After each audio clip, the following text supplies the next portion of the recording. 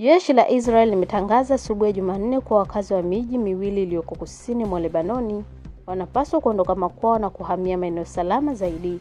IDF imesema katika taarifa yake kuwa imelazimika kuchukua hatua kali zaidi dhidi ya kile kinachodaiwa kuwa ukiukaji wa makubaliano ya kusitisha mapigano unafanywa na Hezbollah.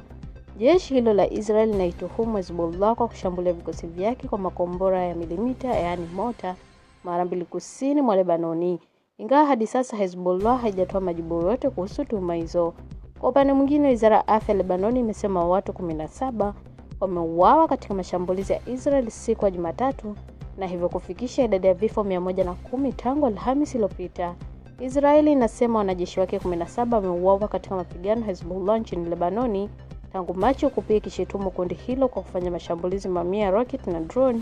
Ikumbukwe kuwa Hezbollah ilikuwa sehemu ya makubaliano kusitisha mapigano yaliyofikiwa kati ya Israel na Lebanoni mwezi uliopita, ingawa kundi hilo limesema liko tayari kuyakubali iwapo Israel itazingatia masharti ya makubaliano hayo.